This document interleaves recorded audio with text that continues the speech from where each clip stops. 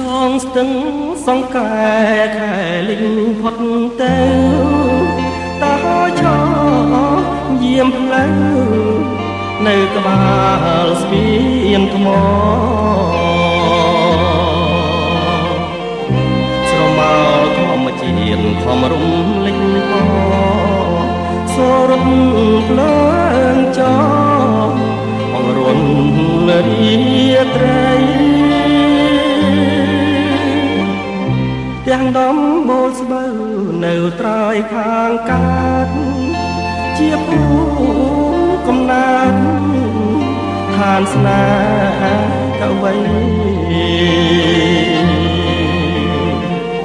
តាមផ្លូវមានគេលងនំចំណៃឥឡូវរឿងថ្មីឲ្យយើងភ្លេចអស់អូនកុំជេរស្ទឹងបើខឹងនឹងបងទុកគ្រាន់ដើរឆ្លងនឹករឿងស្រណងទឹកអើយហូរទៅកុំនៅក្រៀមក្រំនាំដួងចិត្តស្មោះទៅប្រាប់នាងផងអស្ទឹងសង្កែធ្លាប់តែផ្ញើចិត្តពេលយប់ងងឹតស្ទាបអងអាយខ្នងបើឈប់ស្នេហាសុំខ្លួនជាបងបានជួបម្ដងម្ដងញញឹមគ្មានឈប់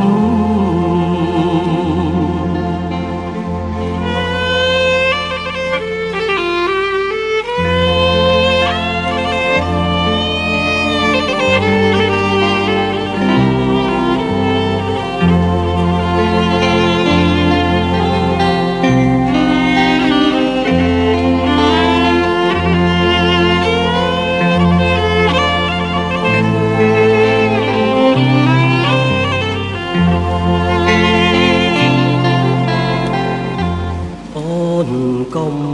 ជេរស្ទឹងបើខឹងនឹងបងទុកគ្រាន់ដើរឆ្លងនឹករឿងស្រណងទឹកអើយហូរទៅកុំនៅក្រៀមក្រំនាំដួងចិត្តស្មោះទៅ